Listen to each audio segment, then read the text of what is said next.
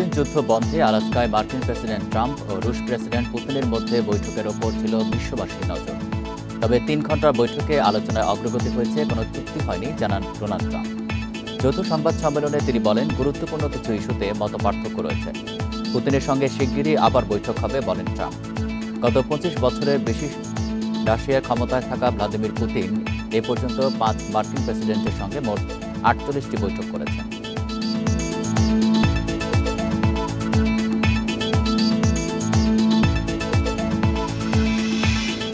এ নিয়ে প্রতিবেদন থাকছে সংবাদে। স্বাগত সকাল 9টায় বিরতিহীন ইন্ডিপেন্ডেন্ট সংবাদে। আপনাদের সাথে আছি আমি আলী আশরাফ। শুরুতে জানিয়ে দিচ্ছি প্রধান শিরোনাম। চট্টগ্রামের বাকলিয়ায় ভাঙাড়ির গুদামের আগুন নিয়ন্ত্রণে আসলেও পুরোপুরি নেভেনি। এখনও কাজ করছে ফায়ার সার্ভিসের 5টি ইউনিট।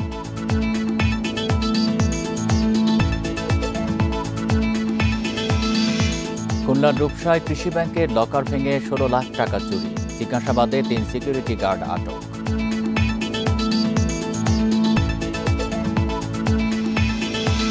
নির্বাচন বানচালে নানা ফাঁদ পাতা হচ্ছে, সব ষড়যন্ত্র রুখে দেবে জনগণ, বিএনপি নেতাদের হুঁশিয়ারি।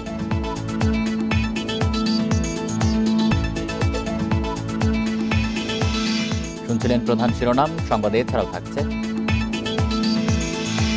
ভুয়া হোটেল বুকিং ও কাগজপত্র না থাকায় মালয়েশিয়া বিমানবন্দরে 98 বাংলাদেশি আটক, ফেরত পাঠানো হবে দেশে।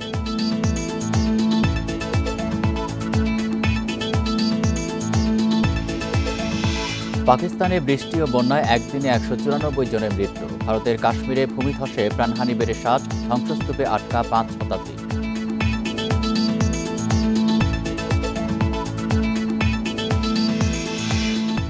শিরোনাম, এবার বিস্তারিত। ইউক্রেন যুদ্ধ বন্ধে কোনো চুক্তি না হলেও আলোচনায় অগ্রগতি হয়েছে। যুক্তরাষ্ট্রের আলাস্কায় রুশ প্রেসিডেন্ট ভ্লাদিমির পুতিনের সঙ্গে 3 ঘণ্টার বৈঠক শেষে যৌথ সংবাদ সম্মেলনে একথা বলেছেন মার্কিন প্রেসিডেন্ট ডোনাল্ড ট্রাম্প। জানান, অনেক বিষয়ে একমত হলেও গুরুত্বপূর্ণ কিছু ইস্যুতে মতপার্থক্য রয়েছে। আলোচনার ফলাফল জানাতে ইউক্রেনের প্রেসিডেন্ট ভলোদিমির জেলেনস্কি ও ইউরোপিয়ান নেতাদের সঙ্গে ফোনালাপ করবেন ট্রাম্প। জানান, পুতিনের সঙ্গে শিগগিরই আরেকটি বৈঠক হওয়ার কথা। এ সময় সংঘাত সমাধানে আন্তরিক চেষ্টা ছিল জানিয়ে আলোচনায় যুদ্ধবিরতির চুক্তি না হওয়াকে ট্র্যাজেডি বলে বর্ণনা করেন রুশ প্রেসিডেন্ট। আলাস্কার আলোচনাকে সংঘাত বন্ধের সূচনা বলে অভিহিত করেন ভ্লাদিমির পুতিন। বলেন, যুদ্ধ শুরুর মূল কারণগুলো নির্মূল করতে হবে। ইউক্রেন ও ইউরোপকে আলোচনা নস্যাতে চেষ্টা না করার হুঁশিয়ারিও দেন তিনি। ট্রাম্পের আরেকটি বৈঠকের ইস্যুতে পুতিন বলেন, পরের আলোচনা হবে মস্কোতে।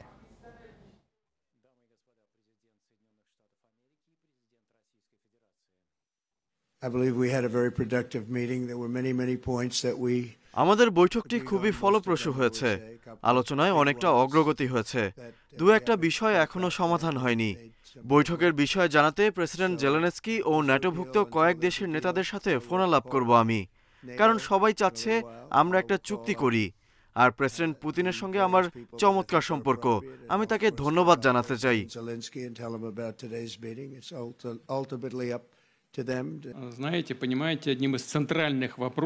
আমরা সবসময় ইউক্রেনীয় জনগণের কথা ভেবেছি। আজকের পরিস্থিতিতে যতই অদ্ভুত শোনাক, আমি সবসময়ই ভ্রাতৃত্বপূর্ণ সম্পর্কে বিশ্বাসী। আমাদের শেকড় এক। রাশিয়া আন্তরিকভাবে এই সংঘাতের অবসান চায়।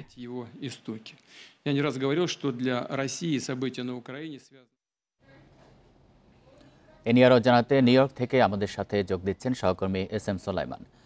সোলাইমান, ট্রাম্প পুতিনের বৈঠককে ঘিরে তো নানা ধরনের প্রত্যাশা ছিল, সেই প্রত্যাশা কতটা পূরণ হয়েছে? আসলে ঐতিহাসিক এই বৈঠকটি বহুল প্রত্যাশিত। এই বিশ্ববাসীর নজর ছিল আজকের এই বৈঠকটিতে, কিন্তু যুক্তরাষ্ট্র গণমাধ্যমগুলো যেমনটা বলছে যে বিশ্লেষকরা, এই বৈঠকে আসলে হারেনি ট্রাম্প, জিতেনি পুতিন, এমন একটি কথা রয়েছে। অর্থাৎ বৈঠকটি খুব অসম্পূর্ণ অবস্থায় রয়েছে। পরবর্তী একটি বৈঠকে এই বৈঠকটি আসলে একটি সৌজন্যতাবশ দুই রাষ্ট্রপ্রধানের একটি সৌজন্যমূলক মিটিং। তবে দুইজনের মধ্যে সৌহার্দ্যের কোনো অভাব ছিল না, কারণ আপনি যেমনটা জানেন যে প্রেসিডেন্ট ডোনাল্ড ট্রাম্প এই প্রথম হোয়াইট হাউসের বাইরে গিয়ে যুক্তরাষ্ট্রের ওয়াশিংটন ডিসি থেকে 7 ঘন্টা বিমান ভ্রমণ করে তিনি রাশিয়ার সীমান্তবর্তী যুক্তরাষ্ট্রের আলাস্কা গিয়ে এই বৈঠকটি করেছেন এবং লালগালিচায় অভ্যর্থনা জানিয়েছেন পুতিনকে। এবং পুতিন ডোনাল্ড ট্রাম্পকে আসলে একজন প্রতিবেশী হিসাবে তিনি বলেছেন যে উনি শুরু করেছেন হাই প্রতিবেশী।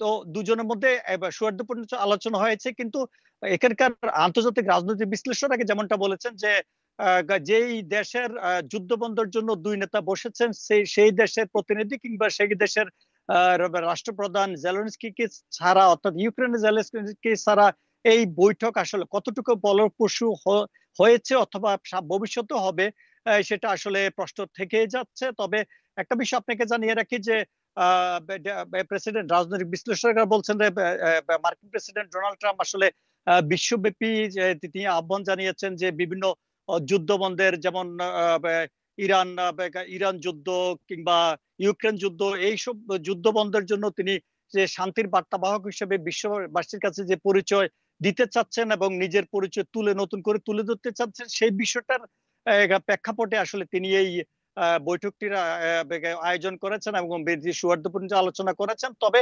রাজনৈতিক বিশ্লেষকরা আরেকটা বিষয় বলেছেন যে ইউক্রেনের প্রেসিডেন্ট যখন হোয়াইট হাউসে এসেছিল তখন তাকে কিন্তু এত সর্বোচ্চ সম্মান দেখানো হয়নি, অথবা দুই নেতার মধ্যে এত সৌহার্দ্যপূর্ণ আলোচনা হয়নি। কিন্তু রাশিয়ার প্রেসিডেন্ট এবং যুক্তরাষ্ট্রের প্রেসিডেন্ট ডোনাল্ড ট্রাম্প, পুতিন এবং ডোনাল্ড ট্রাম্পের মধ্যে যে সৌহার্দ্যপূর্ণ আলোচনা হয়েছে সেটি হয়তো পরবর্তী বৈঠক যদি মস্কো জানাবেন। ট্রাম্প কিন্তু বলেছেন যে অনেক বিষয় একমত হলেও কিছু বিষয়, গুরুত্বপূর্ণ বিষয় এখনো মতৈক্য হয়নি। সেই বিষয়গুলো সম্পর্কে কিছু জানা গেছে কিনা? আসলে সেই বিষয়গুলো রয়েছে যে এই পুতিনের যে দাবি রয়েছে যে ইউক্রেনের বা আরো আরো একটি খুব গুরুত্বপূর্ণ একটি অঙ্গরাজ্য তাকে ছেড়ে দিতে হবে ইউক্রেনের সামুদ্রিক অঞ্চলে, যেখানে সবচেয়ে বেশি অর্থনৈতিক উন্নয়ন অঞ্চল যে সামুদ্রিক অঞ্চল, সেটি ছেড়ে দিতে হবে। এই বিষয়গুলো ছেড়ে দিলে আসলে ইউক্রেনের একটি টেরিটরি, অর্থাৎ রাশিয়ার একটি অঙ্গরাজ্যে পরিণত হয়ে যাবে ইউক্রেন। সেক্ষেত্রে আসলে কতটুকু ইউক্রেন রাজি হবে, ইউক্রেনের জনগণ, কিউবার জনগণ রাজি হবে, সেই বিষয়টি প্রশ্ন। তবে পুতিন যেমন খুব বেশি এই যুদ্ধবন্ধের জন্য যেমন বিরোধিতা তেমন করেননি, তেমন কোনো সায়ও দেননি। তবে প্রেসিডেন্ট ডোনাল্ড ট্রাম্প বলেছেন পরবর্তী আরো দুই একটি মিটিং এ হয়তো তারা সমঝোতা স্বাক্ষর করবেন বা করার আশাবাদ ব্যক্ত করছেন তিনি। চট্টগ্রামের বাকলিয়ায় একটি ঝুট প্লাস্টিকের গুদামে আগুনের ঘটনা ঘটেছে। এ সময় পুড়ে যায় আশপাশের বেশ কিছু দোকানও। ভোরের দিকে আগুন নিয়ন্ত্রণে এলেও এখনও ঘটনাস্থলে কাজ করছে ফায়ার সার্ভিস। স্থানীয়রা জানান, রাত 2টার দিকে বাকলিয়া অ্যাক্সেস রোডের আহাত কমিউনিটি সেন্টার সংলগ্ন একটি ঝুট ও প্লাস্টিকের গুদামে ধোঁয়া দেখা যায়। দ্রুতই আগুন ছড়িয়ে পড়ে আশপাশে। খবর পেয়ে ফায়ার সার্ভিসের 9টি ইউনিট ঘটনাস্থলে গিয়ে কাজ শুরু করে। প্রায় 3 ঘন্টা পর ভোর 4টা 45 দিকে নিয়ন্ত্রণে আসে আগুন। তবে এখনও আগুন পুরোপুরি নেভানো যায়নি। ঘটনাস্থলে ফায়ার সার্ভিসের 5টি ইউনিট কাজ করছে। আগুনের সূত্রপাত ও ক্ষয়ক্ষতির পরিমাণ এখনও জানা যায়নি। 4:45 সময় আমরা আগুন নিয়ন্ত্রণে আনতে সক্ষম হই। আমাদের বাসায় এখন ড্যাম্পিং ডাউনের কাজ চলতেছে। তো অগ্নিকাণ্ডের কারণ কি, উৎস কোথায় এবং কি ধরনের ক্ষয়ক্ষতি হয়েছে সেগুলো আমরা রিপোর্টিং ফেজে রিপোর্ট যখন নেব তখন আমরা বলতে পারব। আরও জানাতে ঘটনাস্থল থেকে যুক্ত হচ্ছেন সহকর্মী আহসান রিটন। রিটন, আগুন পুরোপুরি নিয়ন্ত্রণে আনতে কতক্ষণ লাগতে পারে? ফায়ার সার্ভিসের পক্ষ থেকে কি বলা হয়েছে?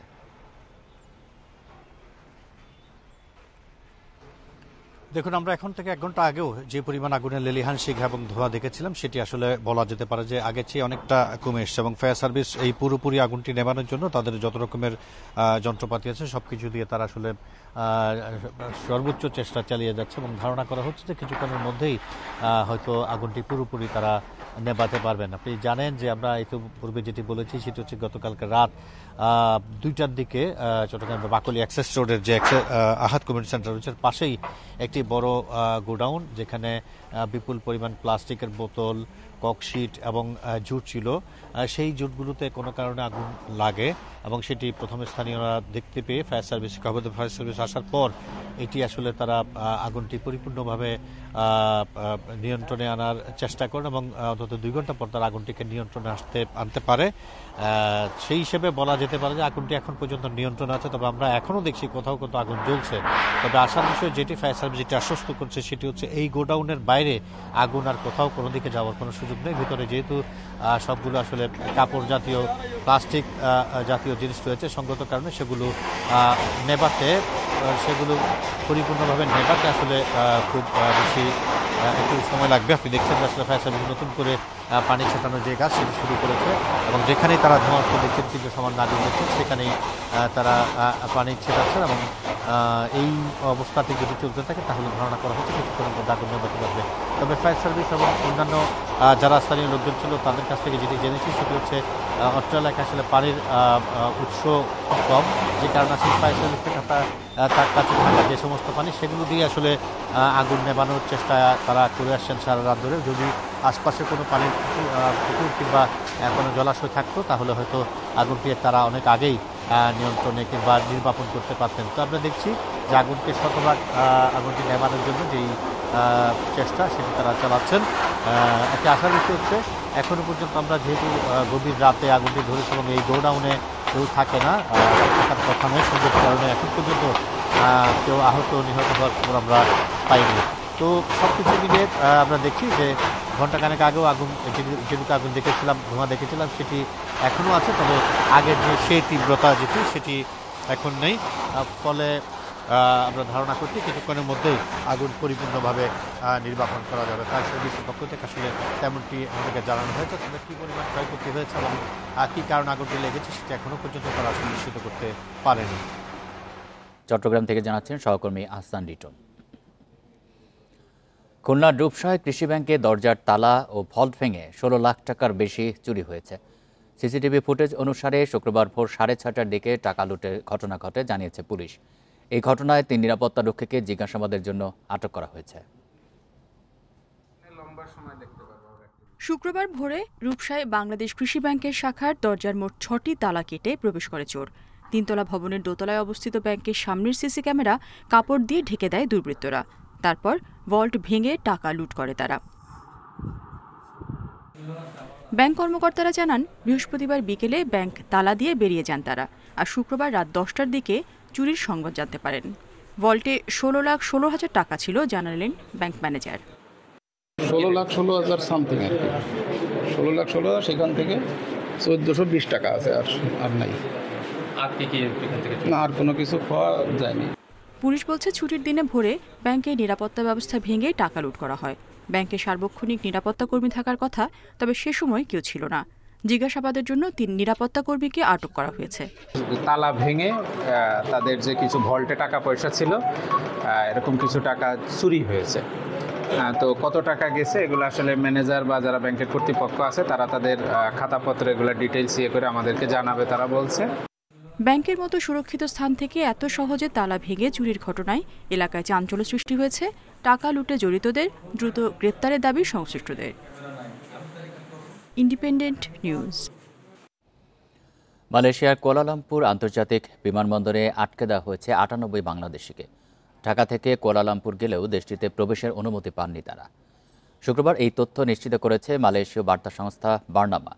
প্রতিবেদন বলছে, বিমানবন্দরের প্রথম টার্মিনালে প্রায় 6 ঘন্টা অভিযান চালায় মালয়েশিয়ার সীমান্ত নিয়ন্ত্রণ এবং সুরক্ষা সংস্থা। এ সময় 181 জনের কাগজপত্র পরীক্ষা করা হয়, যার মধ্যে 98 বাংলাদেশি মালয়েশিয়ায় প্রবেশের প্রয়োজনীয় কাগজ দেখাতে পারেননি। পরে তাদের নো টু ল্যান্ড নোটিশ দেওয়া হয়। ভুয়া হোটেল বুকিং, রিটার্ন টিকিট না থাকা এবং পর্যাপ্ত অর্থ থাকার প্রমাণ দিতে না পারায় তাদের মালয়েশিয়ায় ঢুকতে দেওয়া হয়নি বলে উল্লেখ করেছে সংস্থাটি। তাদের অবৈধভাবে কাজ ও থাকার পরিকল্পনা ছিল বলে ধারণা করছে কর্তৃপক্ষ।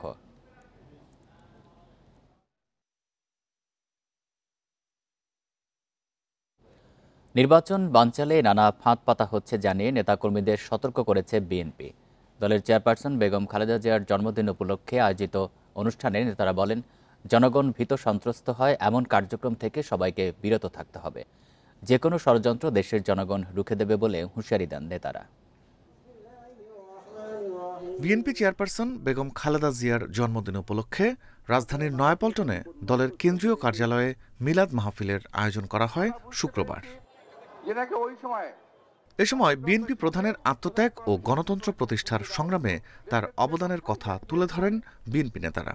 দেশনেত্রী বেগম খালেদা জিয়ার জীবনে ওনার উপরে কতটুকু নিপীড়ন হয়েছে, কতটুকু অত্যাচার হয়েছে, কারা কারা এর সঙ্গে দায়ী, তাদের সকলের একটা বিচার করা উচিত বলে আমি বিশ্বাস করি এবং মনে করি।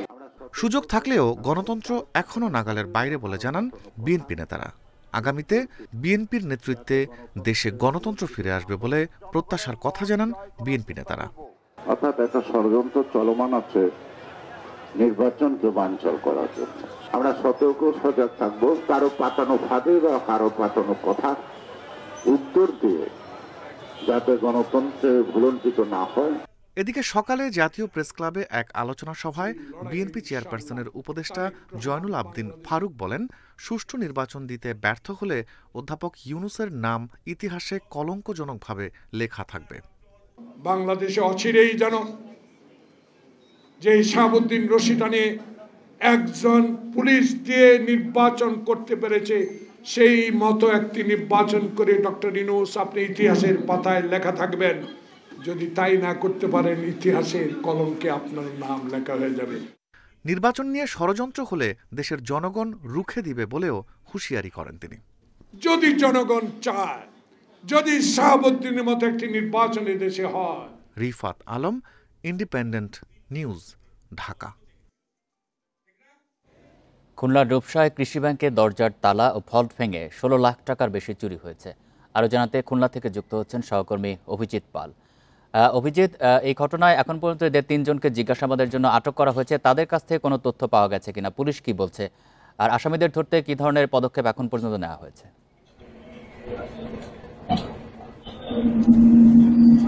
এখন পর্যন্ত আসলে যে 3 জন নিরাপত্তা কর্মীকে কৃষি ব্যাংকের যারা পুলিশ গতকাল রাতে হেফাজতে নিয়েছিল জিজ্ঞাসাবাদের জন্য, তাদের কাছ থেকে আসলে এখন পর্যন্ত কি ধরনের তথ্য পাওয়া গেছে সেই বিষয়ে আসলে এখন পর্যন্ত কোনো কিছু জানা যায়নি। আমরা এখন দাঁড়িয়ে আছি হচ্ছে আপনার রূপসা ঘাট শাখার সেই কৃষি ব্যাংকের সেই শাখাটির সামনে। আপনি দেখতে পাচ্ছেন যে 3তলা ভবনটির দোতলাতে আসলে ব্যাংকটি অবস্থিত, এবং গতকালকে সিসি ক্যামেরার ফুটেজে যেটা দেখা গিয়েছে যে গতকাল ছুটির দিন ছিল ব্যাংকের, অর্থাৎ গতকাল ভোরে 6:30টার দিকে এখানে যে তালা, সেই তালা কেটে আসলে প্রবেশ করে হচ্ছে আপনার চোর, এবং সে একে একে প্রায় 5টি-6টি তালা সে হচ্ছে কেটে তারপরে প্রবেশ করে, ব্যাংকের ভিতরে প্রবেশ করে, এবং এরপরে সে ভল্টে যায়, এবং ভল্টে গিয়ে সে ভল্টের লকার ভেঙে সেখানে রাখা 16,14,000 টাকা সে নিয়ে যায়। এবং এরপরে যে ব্যাংকের ভিতরে যে সিসি ক্যামেরা ছিল, সেই সিসি ক্যামেরাগুলো যে তাতে তার চেহারা ধরা পড়ে এবং সে যাতে পড়ে, যার কোনো কারণে সে প্রবেশ করে কিন্তু মাথায় কাগজ দিয়ে, এবং সিসি ক্যামেরাগুলো পরবর্তীতে সে বিভিন্ন কাপড় দিয়ে ঢেকে দিয়েছে। সেটাও কিন্তু এই সিসি ক্যামেরার যে ফুটেজ, সেই ফুটেজে কিন্তু পুলিশ দেখতে পেয়েছে। পুলিশের পক্ষ থেকে বলা হচ্ছে যে তারা এই ঘটনার যার সঙ্গে যারা জড়িত তাদেরকে ধরার জন্য সর্বাত্মক প্রস্তুতি তারা নিয়ে রেখেছেন, এবং সব ধরনের তদন্ত চলছে। তারা বলছেন যে খুব শীঘ্রই তারা এই দুষ্কৃতিকারীকে তারা ধরতে পারবেন। আপনি দেখতে পাচ্ছেন যে ব্যাংকের ভিতরে ব্যাংকের যিনি ম্যানেজার মোহাম্মদ কামরুল ইসলাম, তিনি ফোনে কথা বলছেন, এবং তার সঙ্গে আমরা কিছুক্ষণ আগে এখানে আমরা কথা বলেছি। তিনি আমাদেরকে যেটি জানিয়েছেন যে এই ব্যাংকে 3 জন নিরাপত্তা কর্মী সবসময়ের জন্যই নিয়োজিত থাকে। তারপরও ঘটনাটি ঘটেছে, সেক্ষেত্রে নিরাপত্তা কর্মীদের গাফিলতি থাকতে পারে। এই ঘটনায় তারা একটি মামলাও করবেন থানাতে।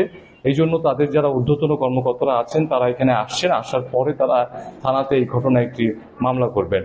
এর পাশাপাশি তিনি বলেছেন যে আজকে শনিবার ব্যাংক বন্ধ, এই জন্য ব্যাংকের কর্মদিবস বন্ধ রয়েছে এবং ব্যাংকের ভিতরে কাউকে ঢুকতে দেওয়া হচ্ছে না, কিন্তু আগামীকাল রবিবার স্বাভাবিকভাবেই আসলে ব্যাংকের কার্যক্রম চলবে। এবং তার পাশাপাশি তিনি আরো বলেছেন যে গ্রহীতাদের এই বিষয়টি নিয়ে আসলে উদ্বিগ্ন হওয়ার কোনো কারণ নেই, কারণ গ্রাহকদের এই বিষয়ে আসলে কোনো ধরনের কোনো ক্ষতি হবে না। যে টাকাটি চুরি গেছে সেই বিষয়টিও আসলে ব্যাংক কর্তৃপক্ষ তাদের ব্যাংকিং যে নিয়ম বা নীতিমালা রয়েছে সেই নীতিমালার মধ্য দিয়ে তারা চালাবে। আর গতকালকে এখানে অতিরিক্ত পুলিশ সুপার এ সার্কেলের মোহাম্মদ সাইফুল ইসলাম তিনি এখানে উপস্থিত ছিলেন, এবং তিনি তখন আমাদেরকে জানিয়েছেন যে তারা সিসি ক্যামেরার ফুটেজ সহ ব্যাংকের সমস্ত কর্মকর্তা কর্মচারীদের সঙ্গে কথা বলেছেন, এবং তারা বলতে চাচ্ছেন যে যত দ্রুত সম্ভব এই ঘটনার সঙ্গে যারা জড়িত তাদেরকে তারা আইনের আওতায় আনবেন। এবং এখন পর্যন্ত আসলে এই ব্যাংকের 3 জন নিরাপত্তা কর্মী তারা পুলিশের হেফাজতেই রয়েছে। পুলিশ তাদেরকে আসলে কোনো তথ্য পেয়েছে কিনা বা তাদের বিরুদ্ধে কোনো আইনানুগ ব্যবস্থা নেওয়া হবে কিনা সে বিষয়ে আসলে এখন পর্যন্ত কোনো কিছু জানা যায়নি। খুলনা থেকে জানাচ্ছেন সহকর্মী অভিজিৎ পাল। নির্বাচন পেছানোর মতো কোনো শক্তি বাংলাদেশে নেই বলে মন্তব্য করেছেন প্রধান উপদেষ্টা প্রেস সচিব শফিকুল আলম। বলেছেন আগামী ফেব্রুয়ারিতেই হবে জাতীয় নির্বাচন। শুক্রবার দুপুরে মাগুরায় শহীদ রাব্বি ও শহীদ আলামিনের কবর জিয়ারত শেষে সাংবাদিকদের তিনি এসব কথা বলেন। প্রেস সচিব উল্লেখ করেন নির্বাচনের জন্য পুরো জাতি প্রস্তুত। সংশ্লিষ্ট সব প্রতিষ্ঠান এরই মধ্যে প্রস্তুতিমূলক কাজ শুরু করেছে। বর্ষা শেষ হলে নির্বাচনী মহোৎসব শুরু হবে। সবার সহযোগিতা থাকলে শান্তিপূর্ণ ভোট আয়োজন করা সম্ভব হবে। সংস্কার প্রসঙ্গে তিনি বলেন, জুলাই সনদ নিয়ে রাজনৈতিক দলগুলোর সঙ্গে সমঝোতার ভিত্তিতে কাজ চলছে। সংস্কার কার্যক্রম দ্রুত গতিতে চলছে। ফেব্রুয়ারিতে নির্বাচন হবে, এখানে কোনো শক্তি নাই এটাকে এই নির্বাচনকে ডিলে করবে। এটা আমাদের চিফ অ্যাডভাইজার বলেছেন এবং আমাদের চিফ অ্যাডভাইজার বলার পরেই আপনারা দেখেছেন ইলেকশন কমিশনও বলেছে। এটা আমাদের পুরো জাতি এটার জন্য প্রস্তুতি নিচ্ছে। রাজধানীর বাংলা মোটরে জাতীয় নাগরিক পার্টি এনসিপির কার্যালয়ের সামনে ও ধানমন্ডির রাসেল স্কোয়ারে ককটেল বিস্ফোরণ হয়েছে, তবে কোনো হতাহতের খবর পাওয়া যায়নি। শুক্রবার রাত 11:50 দিকে এনসিপির কার্যালয়ের সামনের সড়কে একটি ককটেল বিস্ফোরণ ঘটে, তবে এই ঘটনায় হতাহতের কোনো খবর পাওয়া যায়নি। ঘটনাস্থলে অতিরিক্ত পুলিশ সদস্য মোতায়েন করা হয়েছে। আলামত হিসেবে ককটেলের বিস্ফোরিত অংশ সংগ্রহ করা হয়েছে। এদিকে রাতে ধানমন্ডি রাসেল স্কোয়ারেও ককটেল বিস্ফোরণের ঘটনা ঘটেছে।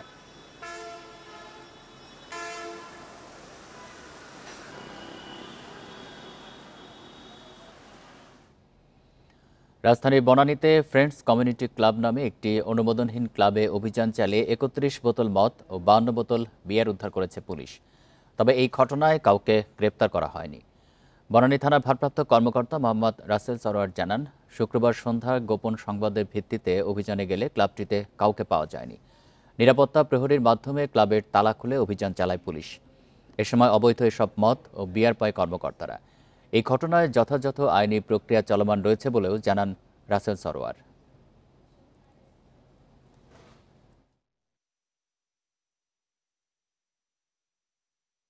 আর বিভিন্ন প্রকারের 52টি বিয়ার আমরা জব্দ করি।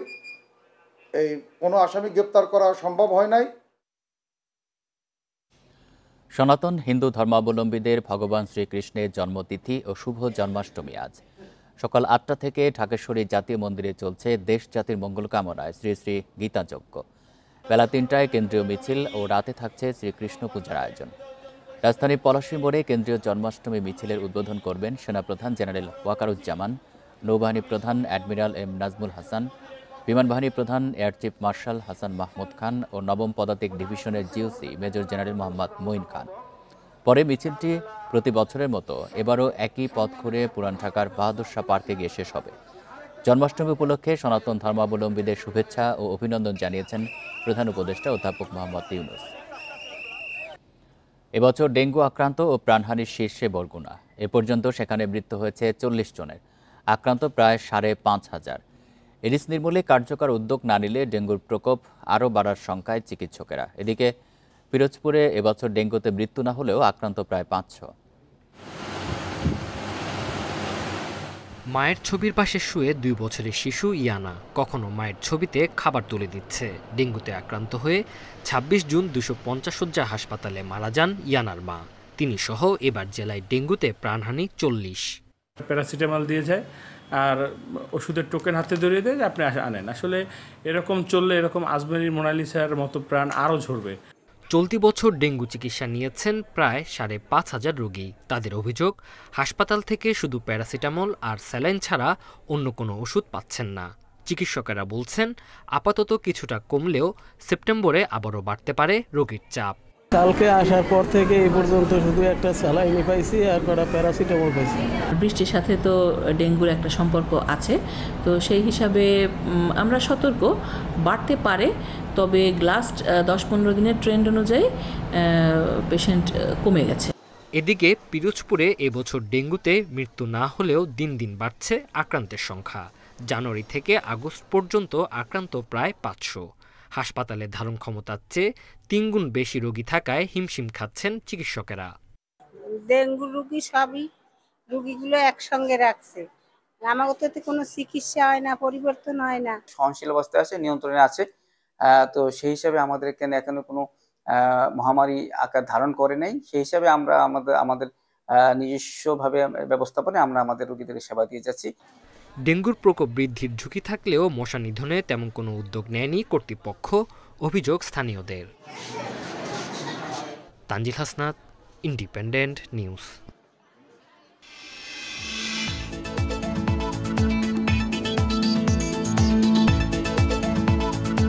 কখনো রোদ, কখনো বৃষ্টি, পাহাড়ে বাঁকে বাঁকে বৃষ্টি স্নাত সবুজের স্নিগ্ধতা আর আকাশের বুকে মেঘের ফেলা ভ্রমণ পিপাসুদের মাঝে ছড়িয়ে দিচ্ছে মুগ্ধতা। বর্ষা আর শরতের রূপ একসাথে উঁকে দিচ্ছে পাহাড়ে। একদিকে বৃষ্টি স্নাত সবুজের সজীবতা, অন্যদিকে শরতের আগমনী বার্তা। এই সৌন্দর্যের হাতছানিতে সাড়া দিয়ে খাগড়াছড়িতে যাচ্ছেন পর্যটকেরা। অন্যান্য বছরের তুলনায় এবার বর্ষায় পাহাড়ে লোক সমাগম বেড়েছে বলছেন পর্যটন ব্যবসায়ীরা।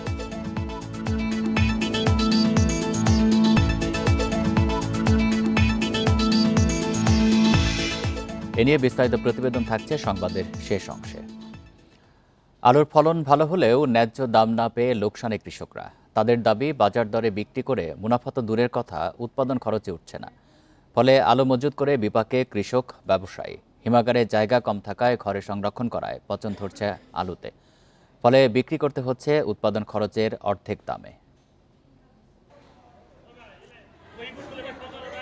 গত বছর লাভ বেশি হয় এবছর অধিক মুনাফার আশায় জয়পুরহাটে আলু চাষে আগ্রহী হন কৃষকরা। মৌসুমের শুরুতে প্রায় সব আবাদি জমিতে আলু চাষ হয়, ফলনও ভালো হয়েছে। তবে হিমাগারে সংরক্ষণের সুযোগ না পাওয়ায় কৃষকের ঘরে পচে যাচ্ছে আলু। অন্যদিকে বাজারে সরবরাহ বেশি হয়, দাম পাচ্ছেন না কৃষক। হিমাগারে প্রতি ৬০ কেজি আলু সংরক্ষণে খরচ হয়েছে ১৫০০ টাকা পর্যন্ত। আর বর্তমান বাজার দর বস্তাপ্রতি ৯০০ থেকে ১০০০ টাকা। ১৩০০ টাকা বস্তা পড়ে গেছে। এখন সে বস্তা এখন পড়ে গেছে ৯০০ টাকা, ৯৫০ টাকা। এখন আমরা কৃষকেরা কিভাবে বাঁচবো? তবে আলুর জন্য আবহাওয়া অনুকূলে হলে ভালো দাম পাওয়ার আশা কৃষি কর্মকর্তার। এছাড়া কোনো সিন্ডিকেট হলে তা কঠোরভাবে দমন করা হবে বলেও জানান। সংরক্ষিত আলু যখন বাজারজাত হবে, বাজারে সরবরাহ তৈরি হবে, তখন আলুর ন্যায্য মূল্য পাবে এবং কৃষক তাদের যে ক্ষতিটা এখন সাময়িক হচ্ছে সেই ক্ষতিটা কাটিয়ে উঠতে পারবে। বগুড়ায় চাহিদার চেয়ে মজুদ বেশি থাকায় ন্যায্য দাম পাচ্ছেন না কৃষক। কৃষি বিপণন অধিদপ্তরের তথ্য মতে বগুড়ায় ৪৬টি হিমাগারে জুলাই মাস পর্যন্ত আলু মজুত রয়েছে, প্রায় ৪,০৩,৯৫৮ মেট্রিক টন। তাই আলুর চিপস, আটাসহ বিভিন্ন প্রক্রিয়ায় বাজারজাতের পরামর্শ দেওয়া হচ্ছে। ১৮ টাকা ১৯ টাকা প্রায় ২০ টাকার মতো প্রায় পড়ছে স্টোরে। তো আমরা এখন যে বাজারে আলুটা কিনতেছি এটা মূলত আমরা ১৩ টাকা কিংবা ১২ টাকায় কিনতেছি। বাজার মূল্যের কারণে যারা কৃষকরা ক্ষতিগ্রস্ত হচ্ছে, প্রায় ৬ টাকা ৭ টাকা করে ক্ষতিগ্রস্ত হচ্ছে এবং যারা ব্যবসায়ী আছে তারাও ক্ষতিগ্রস্ত হচ্ছে। লালমনিরহাটে প্রতিদিনই কমছে আলুর দাম। বর্তমানে স্থানীয় বাজারে প্রতি কেজি আলু খুচরায় বিক্রি হচ্ছে ১০ থেকে ১৫ টাকা দরে, আর পাইকারি বাজারে বিক্রি করতে হয় ৭ থেকে ১০ টাকায়। সোহেলি জাহান, ইন্ডিপেন্ডেন্ট নিউজ। আরও জানাতে বগুড়া থেকে যুক্ত হচ্ছেন সহকর্মী হাসিবুর রহমান। হাসিবুর, বগুড়াতে তো চাহিদার তুলনায় মজুদ বেশি রয়েছে, ফলে ন্যায্য মজুরি পাচ্ছেন না, ন্যায্য দাম পাচ্ছেন না কৃষকরা। তারা কি বলছেন এ বিষয়ে, আর কৃষি বিপণন অধিদপ্তর থেকে তাদেরকে কি ধরনের পরামর্শ দেওয়া হচ্ছে? আপনি জানেন যে আলু একটা পচনশীল সবজি, যে কারণে এটি ধরে রাখার জন্য যেটি সবচেয়ে গুরুত্বপূর্ণ সেটা হলো হিমাগারে পর্যাপ্ত জায়গা রাখার। কিন্তু বগুড়ার ৪৯টি হিমাগার একেবারে ভর্তি রয়েছে, কোথাও টিল ধারণের জায়গা নেই। আমি যে হিমাগারটাতে রয়েছি এখানেও একেবারে বলা যায় যে ভর্তি, এবং বিগত বছরগুলোর যে তথ্য রয়েছে সেখানে দেখা যাচ্ছে এই সময় আলুর জন্য যে রকম ব্যবস্থা রাখা হয়, হিমাগারগুলোর চত্বর একেবারে ভরা থাকে খুচরা বা পাইকারি ক্রেতা দিয়ে। এবার কিন্তু সেরকম নাই। এই গত বছরের সাথে যদি এই বছরের তুলনা করেন, একটু আগে আমি এই হিমাগারের সাথে কথা বলেছি, এটা আশরাফি কোল্ড স্টোরেজ, এটি শহরের শাহজাহানপুর এলাকায়। এইখানে গতবার এই সময় সব সময় একেবারে জমজমাট একটা ভাব ছিল, কিন্তু এবার আলু ক্রেতা বিক্রেতা কেউই নেই হিমাগারে। আর কৃষি সম্প্রসারণ অধিদপ্তরের দিক থেকে যেটি বলা হচ্ছে যে তারা চেষ্টা করছে যে কৃষকদেরকে পরামর্শ দিয়ে আলুকে পরামর্শের আওতায় রেখে যদি ঠিক রাখা যায়, কারণ যেহেতু হিমাগারে রাখার কোনো সুযোগ নাই, আলু যতটুকু পরামর্শ বা ঠান্ডা পরিবেশে রেখে আলু ভালো রাখা যায় সেই পরামর্শটাই তারা কৃষি বিভাগ থেকে দিচ্ছে, যাতে আলু কিছুটা হলে রক্ষা করা যায়। আপনি একটু যদি খেয়াল করেন তাহলে দেখবেন যে একেবারেই বাইরে ফ্যান দিয়ে আলু শুকানোর চেষ্টা করা হচ্ছে, ভালো রাখার চেষ্টা করা হচ্ছে, কিন্তু সেটি আসলে সম্ভব হচ্ছে না। বিপুল পরিমাণে পচা আলু বেরিয়ে আসছে এই হিমাগারের বিভিন্ন সেগমেন্ট থেকে বা বিভিন্ন স্তর থেকে। সব মিলিয়ে যেটি বলা হয় যে এবার আলুর ফলন বেড়েছে অনেক বেশি। সেক্ষেত্রে বগুড়ায় যদি উদাহরণ হিসেবে দেখা যায়, শুধু বগুড়াতেই ১ লাখ মেট্রিক টন বেশি আলুর আবাদ হয়েছে। এখানে লক্ষ্যমাত্রা ছিল ১২ লাখ মেট্রিক টন, সেখানে ১৩ লাখ মেট্রিক টন উৎপাদন হয়েছে। চাষের ক্ষেত্রেও ৫৫,০০০-এর জায়গায় ৬০,০০০ হেক্টর জমিতে আলু চাষ হয়েছে, অর্থাৎ এবার চাষও বেশি হয়েছে, ফলনও বেশি হয়েছে, এবং এটি বলা হচ্ছে যে একেবারে হিসাব ছাড়া থাকার কারণেই এই অবস্থাটা দাঁড়িয়েছে। আর প্রত্যেক কেজি আলুতে বগুড়ার চাষিদের ক্ষতি হচ্ছে, অর্থাৎ আর্থিকভাবে তাদের লোকসান হচ্ছে গড়ে 16 থেকে 17 টাকা এলাকা ভেদে, এরকম তথ্যই দিচ্ছেন চাষিরা। আর এবার চাষিদের যে অবস্থা হয়েছে, তারা গতবার ভালো দাম পাওয়ার কারণে এবার একটু বাড়তি চাষ করেছেন, তার ফলে অনেককে ঋণগ্রস্ত হতে হয়েছে। তারা ঋণ করে আলু চাষ করেছে, কিন্তু এবার তাদের ঋণের টাকাই তারা শোধ দিতে পারছে না। আলু নিয়ে এবার আসলে চাষিরা শুধু বগুড়া না, এই অঞ্চলে পুরো উত্তর অঞ্চলেই মানুষ একটু বড় ধরনের বিপাকে পড়েছেন। তারা ঋণের টাকা এবার কিভাবে শোধ করবেন এই নিয়ে দুশ্চিন্তায় পড়েছেন। বগুড়া থেকে জানাচ্ছেন সহকর্মী হাসিবুর রহমান। বিশাল এক জাহাজে করে আমদানি করা গমের কিছু অংশ পচা ও দুর্গন্ধযুক্ত হয় খালাস কাজ বন্ধ করে দিয়েছে লাইটারের শ্রমিকরা। তবে পচা গমের পরিমাণ সামান্য বলে জানিয়েছেন জাহাজটির স্থানীয় এজেন্ট প্যাসিফিক ওশান লাইনের কর্মকর্তারা। তারা বলছেন, সার্ভের পর নষ্ট গম আলাদা করে রাখা হচ্ছে। ব্যবসায়িক প্রতিষ্ঠান নাবিল গ্রুপ এইসব গম আমদানি করেছে রাশিয়া থেকে। এমভি কিরান অস্ট্রেলিয়া নামের মাল্টার পতাকাবাহী বিশাল আকারের জাহাজটি 55,000 মেট্রিক টন গম নিয়ে চট্টগ্রাম বন্দরের বহির্নোঙরে ভিড়ে প্রায় 1 মাস আগে গত 17 জুলাই। এরপর জাহাজটি থেকে ছোট ছোট 35টি লাইটার জাহাজে করে গম খালাস করে নেওয়া হচ্ছিল ভৈরব, নারায়ণগঞ্জ সহ দেশের নানা জায়গায়। বড় জাহাজ থেকে নামানো গম পচা ও দুর্গন্ধযুক্ত দেখার পর বুধবার মধ্যরাতে খালাস বন্ধ করে দেয় লাইটার শ্রমিকরা। বিষয়টি সংশ্লিষ্ট কর্মকর্তাদের জানানো হলে পরিদর্শন ও পরীক্ষা শুরু হয়। লাইটার জাহাজ পরিচালনাকারী সংস্থা বিডব্লিউটিসিসি এর কর্মকর্তারা বলছেন, পচা গমগুলো সরিয়ে রাখা হয়েছে। লাইটারটা যখন লোড চলছিল তখন ওরা কিছু ভিজা গম, তো জানেন এটা ভিজে পানি লাগলে পচে যায়, গন্ধ হয়। কিছু পরিমাণ গম সে তার লাইটারে যখন ঢুকছে তখন সে ওই আনলোডিংটা বন্ধ করছে সমুদ্রে। তবে জাহাজটির স্থানীয় এজেন্ট প্রতিষ্ঠান প্যাসিফিক ওশান লাইনের কর্মকর্তারা জানান, দুর্যোগপূর্ণ আবহাওয়া কেটে গেলে গম খালাস আবার শুরু হবে। পচা কিছু গম আলাদা করে রাখার কথাও স্বীকার করেন তারা। ঝড় বৃষ্টির কারণে 50 কেজি 100 কেজি এই ধরনের হইলে হয়, অনেক সময় হয় না, বেশিরভাগই ভালো থাকে, সবসময় ভালো থাকে। এগুলো তো সার্ভে করে, বুঝেন নাই। দীর্ঘ সময় জাহাজে থাকার কারণে হেজে পানি ঢুকে গম নষ্ট হতে পারে বলে সন্দেহ কর্মকর্তাদের। এই নষ্ট গমের পরিমাণ 10 থেকে 20 টনের বেশি হবে না বলে জানান আমদানিকারকের প্রতিনিধিরা। অনুপম শীল, ইন্ডিপেন্ডেন্ট নিউজ, চট্টগ্রাম। পদ্মার তীব্র স্রোতে মুন্সিগঞ্জের টঙ্গীবাড়িতে 200 বছরের দিঘিরপাড় বাজার ও নদী তীরবর্তী এলাকায় ভাঙন দেখা দিয়েছে। এরই মধ্যে বিলীন হয়ে গেছে বাজারের বেশ কয়েকটি ব্যবসা প্রতিষ্ঠান। পদ্মা অবৈধভাবে বালু উত্তোলনের কারণে এই অবস্থার সৃষ্টি হয়েছে বলে জানিয়েছেন ভুক্তভোগীরা। ভাঙন রোধে জিও ব্যাগ ফেলছে পানি উন্নয়ন বোর্ড। দেশের মধ্যাঞ্চলে বাড়ছে পানি, এতে পদ্মায় স্রোত বেড়ে মুন্সিগঞ্জের টঙ্গীবাড়ি উপজেলার দিঘিরপাড় বাজার ও আশপাশের এলাকায় ভাঙন দেখা দিয়েছে। স্রোতের তোড়ে 3 দিনে বিলীন হয়েছে 200 বছরের পুরনো বাজারের অনেক ব্যবসা প্রতিষ্ঠান। স্রোত বাড়তে থাকায় আতঙ্কে অনেকে সরিয়ে নিচ্ছেন দোকানপাট। 8টা ঘর নদীতে ভাঙা একদম নদীতে বিলীন হয়ে গেছে এবং 3 থেকে 4 কোটি টাকার অর্থনৈতিক ক্ষতি হয়েছে। প্রতি বছরে নদীর পদ্মার ভাঙনে আমাদের এই দিঘিরপাড় বাজার একটু একটু করে পুরা বাজারটাই বিলীন হয়ে যাচ্ছে। ভুক্তভোগীদের অভিযোগ, বাজারের আশপাশে অবৈধভাবে বালু তোলার কারণে এমন ভাঙন। দ্রুত ব্যবস্থা নেওয়ার দাবি তাদের। ভাঙনটার মেইন কারণ হলো ড্রেজিং, অপরিকল্পিতভাবে ড্রেজিং হয় রাতের আধারে, কিন্তু এই প্রশাসন নির্বিকার থাকে। বস্তা ফালায় যে এই বস্তার কোনো আগর নিগর নাই, এখানটা 10টা হালায়, ওখানটা 20টা হালায়, অনেক টলার হালায়, এমনি হালায় তো এই ভাঙন ফিরিতে পারবো না। ভাঙন রোধে জেলা প্রশাসন ও পানি উন্নয়ন বোর্ডের সমন্বয়ে প্রাথমিকভাবে জিও ব্যাগ ফেলা হচ্ছে। অবৈধভাবে বালু উত্তোলন বন্ধে ব্যবস্থা নেওয়ার আশ্বাস প্রশাসনের। হুট করে ভাঙন শুরু হয়, এখানে পানি উন্নয়ন বোর্ড সঙ্গে সঙ্গে জিও ব্যাগ এবং ব্লক ফালিয়ে এটা ভাঙন রোধ করার চেষ্টা করে থাকে। এই কাজটা এখন হবে এবং পরবর্তী বিষয়টা আমরা আপনাদেরকে পরবর্তী ব্রিফ করব। এখানে যতগুলি জিও ব্যাগ ছিল ইতিমধ্যে বিয়োগ অনুযায়ী আমরা 100% জিও ব্যাগ আমরা ডাম্পিং করে ফেলেছি এবং সিসি ব্লক ম্যানুফ্যাকচারিং তৈরি হয়েছে এবং এইগুলিও চলমান আছে। তাই এর বারেও আমরা যেগুলি আছে এই কাজ এখন চলছে এবং ইনশাল্লাহ এই ভাঙন আমরা রোধ করব।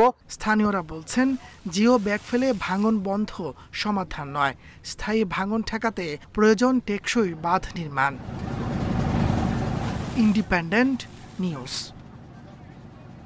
এ বিষয়ে আরো জানাতে মুন্সিগঞ্জ থেকে যুক্ত হচ্ছেন সহকর্মী জিতু রায়। জিতু, মুন্সিগঞ্জে কতগুলি এলাকা এখন পর্যন্ত ভাঙনে বিলীন হয়েছে, ঝুঁকিতে রয়েছে কতগুলি এলাকা, আর জিও ব্যাগ ফেলা ছাড়া আর কি কোনো ব্যবস্থা নেওয়া হচ্ছে ভাঙন রোধে? দেখুন, আমি এই মুহূর্তে দাঁড়িয়ে আছি মুন্সিগঞ্জের টঙ্গিবাড়ি উপজেলার ঐতিহ্যবাহী একটি বাজার, যেটি প্রায় 200 বছরের বাজার। আপনি যে প্রশ্নটি করেছেন যে এখানে এই ভাঙন প্রতিরোধে কি ব্যবস্থা গ্রহণ করা হয়েছে, স্থানীয়দের সঙ্গে আমরা কথা বলেছি, তাদের মনে প্রচণ্ড ক্ষোভ জমেছে।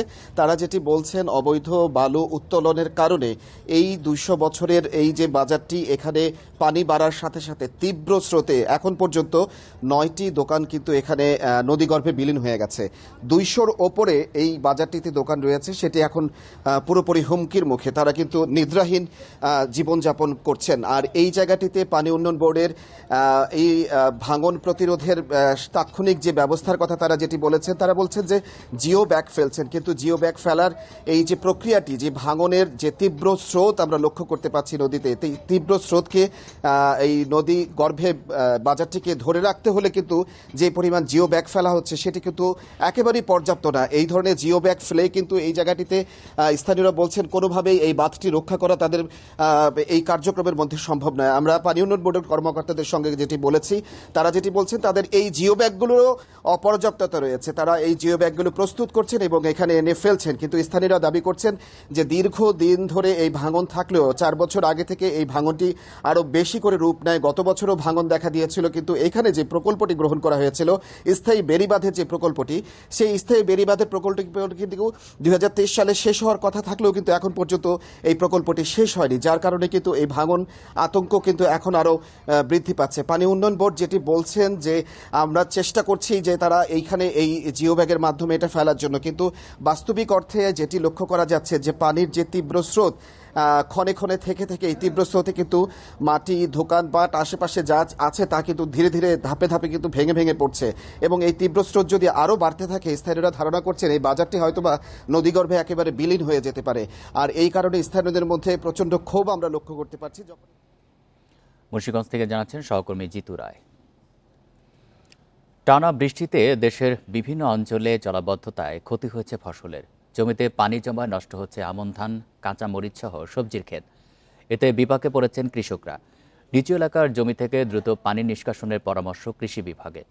ক্ষয়ক্ষতি নিরূপণ করে সহায়তার আশ্বাস কর্মকর্তাদের। যেদিকে চোখ যায় শুধু পানি। ময়মনসিংহের গৌরীপুর উপজেলায় শীতলা ইউনিয়নের বেড়াবিলের চিত্র এটি। গত 1 সপ্তাহের টানা বৃষ্টিতে তলিয়ে গেছে আমনের ক্ষেত। এতে বিপাকে পড়েছেন কৃষকরা। স্থানীয়দের অভিযোগ, বেড়াবিল থেকে শীতলং বিল পর্যন্ত 3 কিলোমিটার সংযোগ খালটি দখল আর দূষণে ভরাট হয়ে গেছে। খাল দিয়ে বৃষ্টির পানি বের হতে না পারায় জলাবদ্ধতা দেখা দিয়েছে 100 একর ফসলি জমিতে। এলাকার ফসল নষ্ট হয়ে গেছে বেড়াবিলের বান থাকার কারণে। মানুষে কাল বইরা ভারী গদর দিলাইছে, কেউ কেত করে লাইছে। আমরা ছোট কাল বড় ছিল অনেক, আমরা হাজার হাজার একর সম্পদ পানির নিচে এই খালের জন্য। কৃষি বিভাগ বলছে এলাকার 40 থেকে 50 একর জমির ফসল পানিতে তলিয়ে গেছে। আর স্থানীয়রা আবেদন করলে খাল খননের উদ্যোগ নেওয়া হবে, জানিয়েছে পানি উন্নয়ন বোর্ড। এরপরে যদি আর বৃষ্টি না হয় তাহলে আমরা আশা করতেছি ক্ষতির পরিমাণ অনেক কমে যাবে এবং তারপরেও আমরা ক্ষতির পরিমাণ নিরূপণ করে আমাদের ঊর্ধ্বতন কর্তৃপক্ষকে জানাবো। এই খাল আসলে খাস জমির উপরে কিনা না, ন্যাচারাল খাল কিনা না, এই খালের উৎপত্তি এবং পতিত এগুলো আমরা সার্ভে করে জরিপ করে তারপরে প্রকৃত ব্যবস্থা নেওয়ার জন্য, প্রয়োজনীয় ব্যবস্থা গ্রহণ করার জন্য আমি কর্তৃপক্ষ বরাবর সুপারিশ প্রেরণ করব। এদিকে ফরিদপুরে মধুখালীতে অতি বৃষ্টিতে নষ্ট হয়েছে মরিচের ক্ষেত। কৃষকরা বলছেন কিছু মরিচ বিক্রি করা গেলেও গত 1 মাস ধরে বৃষ্টিতে ফসল তোলা সম্ভব হয়নি। 1-1.5 মাস বৃষ্টি নামার কারণে এই মরিচ গাছ সবই পানি ঠিক ছিল, পানিতে তলায় গেছিল, এখন সবই মারা গেছে। এখন এই মুহূর্তে গাছ মারার আগে আরো প্রায় 1.5-2 মাস আমরা মরিচ উঠাইতে পারতাম। চলতি বছর 986 মেট্রিক টন মরিচ উৎপাদনের লক্ষ্যমাত্রা থাকলেও তা অর্জন সম্ভব হবে না, জানিয়েছে কৃষি বিভাগ। রেশমি নন্দী, ইন্ডিপেন্ডেন্ট নিউজ। বর্ষা শেষ না হতেই শরতের রূপ উকি দিচ্ছে পাহাড়ে। একদিকে বৃষ্টি স্নাত সবুজের সজীবতা, অন্যদিকে শরতের আগমনী বার্তা। প্রকৃতি যেন সবটুকু উজাড় করে সেজেছে নতুন রূপে। আর এই সৌন্দর্যের হাতছানিতে সাড়া দিয়ে খাগড়াছড়ির পাহাড়ে বেড়েছে পর্যটকদের সমাগম। কখনো রোদ, কখনো বৃষ্টি। পাহাড়ের বাঁকে বাঁকে বৃষ্টিস্নাত সবুজের স্নিগ্ধতা আর আকাশের বুকে সাদা মেঘের ভেলা ভ্রমণ পিপাসুদের মাঝে ছড়িয়ে দিচ্ছে মুগ্ধতা। বর্ষায় নানা ঝক্কি থাকলেও প্রকৃতির এমন সজীবতা টানছে অনেক দর্শনার্থীকে। পাহাড়ে বেড়ানোর জন্য এ মৌসুম সম্পূর্ণ অন্যরকম অভিজ্ঞতার, বলছেন তারা। বৃষ্টির দিনে তো এমনিতেও পাহাড় সুন্দর, এই জন্য পাহাড়টা দেখার জন্য। বৃষ্টির পরে পরন্ত বিকালে আমরা আলুতিলায় ঘুরতে এসেছি। আলুতিলায় পাহাড়ের বসে খাগড়াছড়ি শহরটা দেখতে অসাধারণ। অন্যান্য বছরের তুলনায় এবার এই মৌসুমে পাহাড়ের লোক সমাগম কিছুটা বেড়েছে, জানান পর্যটন ব্যবসায়ীরা। আগামীতেও এমন ভিড় থাকার প্রত্যাশা তাদের। যে দিনগুলোতে বন্ধ থাকে সাধারণত শুক্র শনি, এই দিনগুলোতে মোটামুটি পর্যটক আসে। আশা করি এই সৌন্দর্য উপভোগ করার জন্য পর্যটক সামনের দিকে আসবে বলে আমি মনে করি। দেশের পর্যটনের অন্যতম আকর্ষণ হওয়ায় পাহাড়ের পরিবেশ রক্ষায় বিশেষ গুরুত্ব দিচ্ছে বন বিভাগ। নেওয়া হয়েছে বৃক্ষরোপণেরও উদ্যোগ। এছাড়া সবার সচেতনতাও জরুরি, বলছেন কর্মকর্তারা। আমরা বন বিভাগের পক্ষ থেকে বিভিন্ন প্রজাতির বনজ, ফলজ, দেশীয় প্রজাতির চারা স্থানীয় জনগণকে সম্পৃক্ত করে লাগানোর ব্যবস্থা করছি, যেন প্রকৃতি আরও সুন্দর হয়, আরও আকর্ষণীয় হয়। প্রতি বছর বর্ষা মৌসুমে খাগড়াছড়ির পাহাড়ে অন্তত 40,000 পর্যটকের সমাগম হয়। Independent news. এই ছিল এখনকার সংবাদে। ধন্যবাদ সবাইকে।